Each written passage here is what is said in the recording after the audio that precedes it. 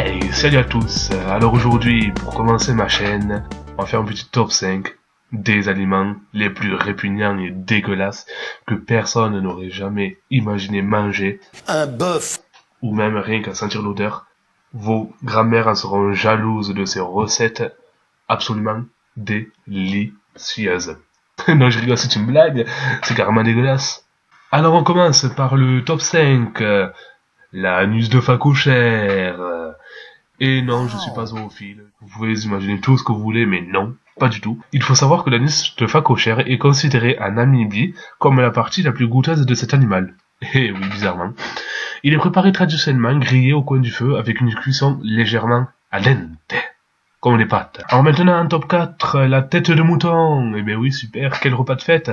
On ne gâche pas le fruit d'une bonne chasse, comme disent les anciens. La tête de mouton est bien comestible, donc pourquoi s'en priver? C'est une spécialité de nombreux pays, comme l'Irak par exemple, où ils ont l'habitude de le préparer entière dans une soupe, et ils servent tout ça avec l'estomac du même mouton, où dedans ils mettent de la viande et du riz. C'est un plat de fête là-bas chez eux. Alors voilà, ils sont carrément bizarres, parce que chez nous, pour repas de fête, on va style manger des bons repas, par exemple du poulet, de la dinde. En troisième position, j'ai requis la cervelle de singe. Et bien bizarrement, c'est une spécialité asiatique.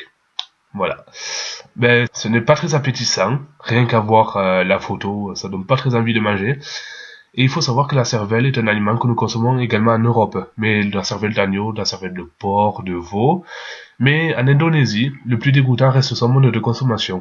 Ils mangent la cervelle crue et même vivante. Le must serait de la déguster encore tiède à même la boîte crânienne du singe encore vivant, qu'ils auront préalablement saoulé avec de l'alcool de riz. Voilà, voilà. Allez, on se retrouve à la deuxième position. Eh ben, je vous raconte une petite histoire.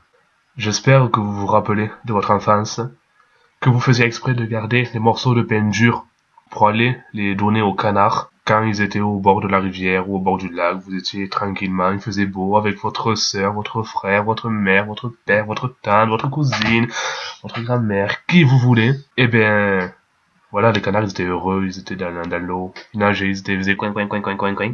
Mais ce qu'il faut savoir, c'est qu'en Asie du Sud, eh bien, les gens, ils donnaient pas le pain. Mais le pain, ce qu'ils faisaient avec, ils faisaient des mouillettes. Pourquoi? Eh bien, je vais expliquer pourquoi.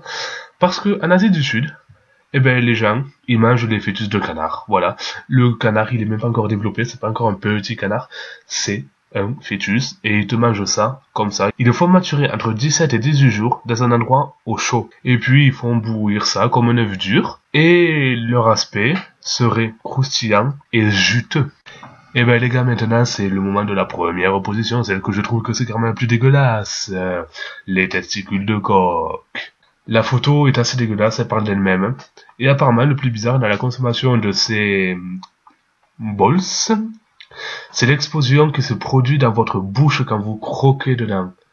C'est une explosion de saveur qui pénètre votre bouche. Et ce plat, il est consommé dans de nombreux pays. Et puis on le mange même en France. Voilà. Et bien les gens, c'est déjà la fin de cette vidéo. J'espère que ça vous aura plu.